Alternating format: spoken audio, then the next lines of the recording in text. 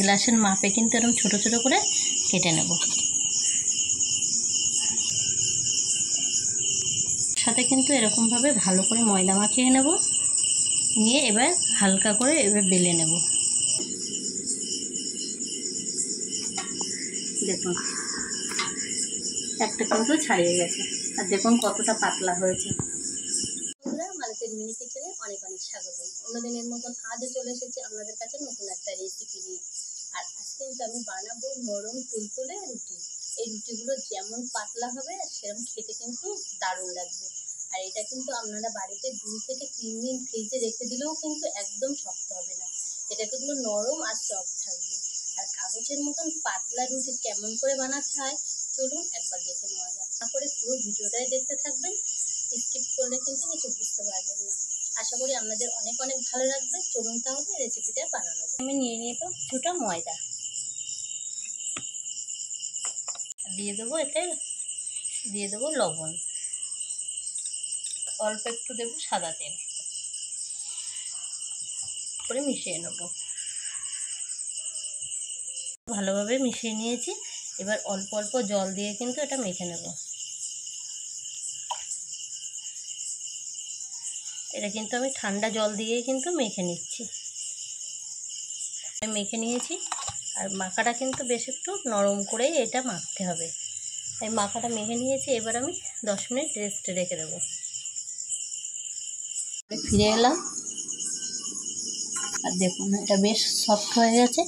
এটা আরেকটু কিন্তু 1 মিনিটের মতন আরেকটু মেখে নেব। এর থেকে কিন্তু ছোট ছোট করে আমি লেচি কেটে নেব।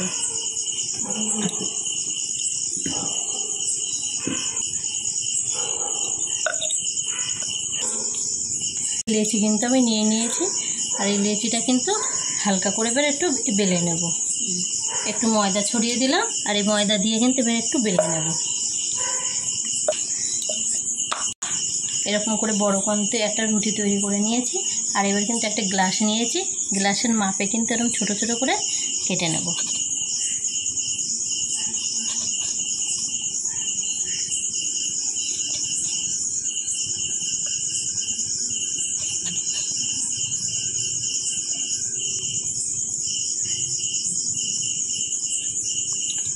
চারটে রুটি কিন্তু তৈরি হয়ে গেল। পরপর কিন্তু আমি একটু ময়দা ছড়িয়ে দিলাম। এবার কিন্তু রুটিগুলো আমি রেখে দেবো এখানে একটা একটা করে। আর একটা রুটিও কিন্তু আমি এরকমভাবে বেলে নেব।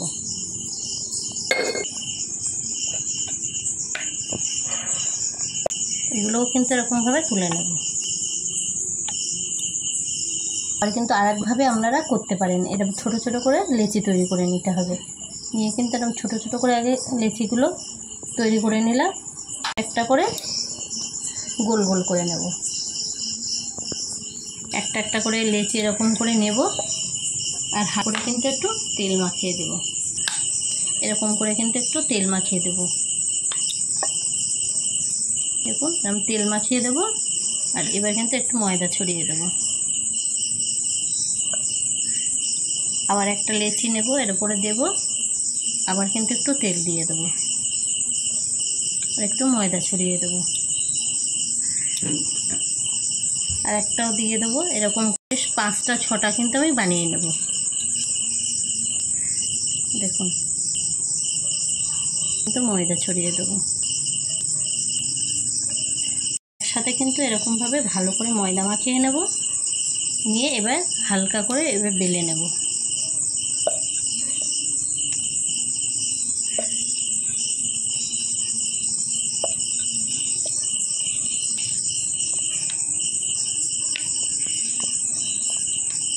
একটা চাটুই নিয়েছি, আর এই চাটুইটা বসিয়ে দেবো। গরম হয়ে গেছে, রুটিটা কিন্তু এর উপরে দিয়ে দেবো।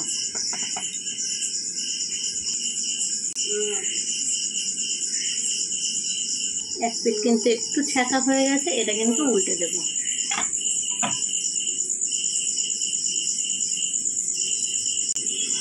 আবারও কিন্তু উল্টে দেব। আর একটু হালকা হালকা কিন্তু এটা প্রেস দিয়ে দেব, তাহলে কিন্তু রুটিটা। আর দেখুন এই দেখুন একটা মুখ কিন্তু এখান থেকে ছেড়ে এসেছে, চেপে কিন্তু এইটা তুলে নেবো এরমভাবে। কত সহজেই কিন্তু এটা ছাড়িয়ে যাচ্ছে। দেখুন দেখুন একটা কিন্তু ছাড়িয়ে গেছে। আর দেখুন কতটা পাতলা হয়েছে। একটা পাত্রে তুলে নেব, একটু উল্টে দেবো।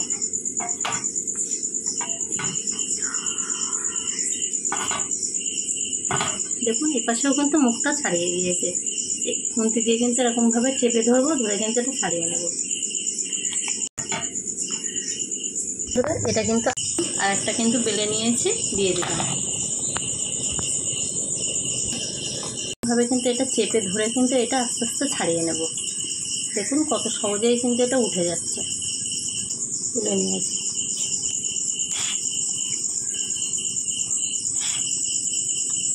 দেখুন কত সহজেই কিন্তু এটা উঠে গেল।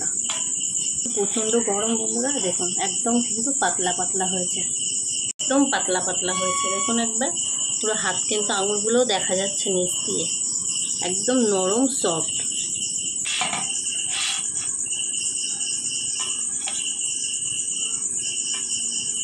বন্ধুরা কত সফট নরম তুলতুলে কিন্তু রুটি তৈরি হয়ে গেছে।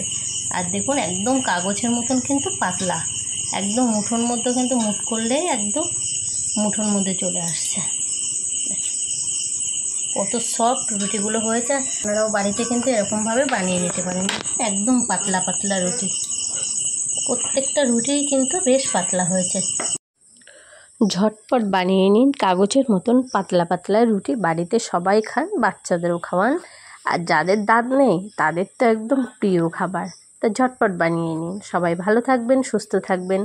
আজকের রেসিপি এই পর্যন্ত, নিয়ে আসছে একটা পরের রেসিপি। ততক্ষণ সবাই ভালো থাকবেন।